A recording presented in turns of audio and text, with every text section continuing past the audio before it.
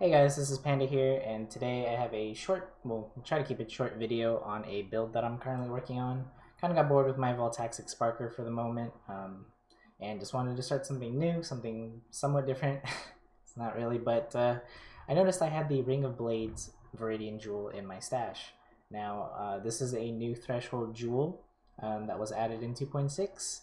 And this jewel increases your physical damage by 10% and makes EK fire 10 additional projectiles and turns those projectiles, well, I mean, it fires them in a nova instead of an arc in front of you. So 20 projectiles in a nova.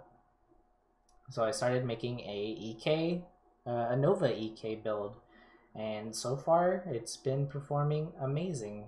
Normal was a breeze, cruel was mostly a breeze, and now I just reached into merciless, where we're just gonna keep on trucking along until I get to Dried Lake. Probably do a couple runs there, try to get some this is gonna be a CI build, so it's gonna get some basic CI guild gear, not guild gear, and see how it goes from there. I also did have some leveling uniques that made the whole process a lot easier and smoother, and one of them was the Tabula Rasa. Of course, this made EK a 6-link, and I connected it with Spell Echo. It was faster casting until I got Spell Echo. Poison for single target damage, Mana Leech for the mana sustain and not having to use a mana flask. Pretty much as soon as I got Mana Leech, I just tossed my mana flask out the window. Controlled Destruction. This is a crit build, by the way. I'm just using Controlled Destruction for now just because it's more damage. And faster projectiles / slower projectiles. Faster for, you know, just regular clearing, and then when we get to like a boss, swap in the slower. And that's pretty much how you scale the quote-unquote AoE of this build, because even though you're firing in a Nova, it doesn't count EK as an AoE skill, so you can't scale up your AoE like through passives and gear. So if you want to increase the AoE of EK Nova, you would actually want to increase your projectile speed so that your projectiles can travel further and cover more ground. So your slower projectiles would be more like your concentrated effect version for this build, where you get less AoE but you'll do more damage, which is great for bosses, things like that. So yeah, my plans for this build, I'm gonna try to do all of the content, as I try to do with all the builds I make. Of course, this isn't just gonna be like a map farmer or anything like that. And one of those ways I'm gonna be trying to I need to get single target damage on this build, basically, because I already know, like, with the Nova and the projectiles, this is already going to be an excellent map clear. No questions about that. I mean, it's a spell, it does AoE, it's going to be fine. Right now we're sitting at 5.5k DPS on Merciless, just starting, and I mean, that's pretty fine right there. Once we get to Dried Lake, hopefully we get around, like, 10k DPS, or close to it, and then we can start maps and all that good stuff. But yeah, this is gonna take some work, because the way EK works is that enemies can only get hit by one of these projectiles. So even though I'm shooting 20-40 projectiles per cast, thanks to Spell Echo, they can only get hit once, or well, technically twice, by the projectiles. So to scale up our single target damage, I'm trying to figure out ways we can do that, and one of them, of course, is poison. As I mentioned earlier, I'm using poison in the build. Lots of single target damage there, just because of the way poison works.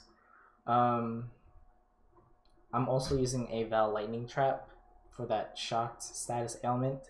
50% more damage when an enemy is shocked, so that's really nice there. It pretty much melts bosses as long as I have it up. And I'm gonna try to get Whispers of Doom hopefully sometime soon. It's probably going to take me a couple more points to travel to it, but once I get Whispers of Doom, that's going to be a second curse along with Warlord's Mark, which is what I'm using right now for Leech. Blasphemy and Warlord's Mark pretty much gives me health and mana Leech. For the second curse, it's going to be Invulnerability via Witchfire Brew. That's going to be my second curse, so they take more physical damage and more damage over time. And then this is like late game, endgame gearing planning here, but I kind of want to get a Cosprey's Will for my chess piece. This is going to be for bypassing hexproof, which is going to allow me to do hexproof maps. And I'm going to be able to get a third curse, and I'm thinking that's going to be either projectile weakness or assassin's mark. I haven't decided which one I want to do yet. And of course, this is also going to be a crit build, so we're going to try to get as much crit chance and multiplier on it as we can.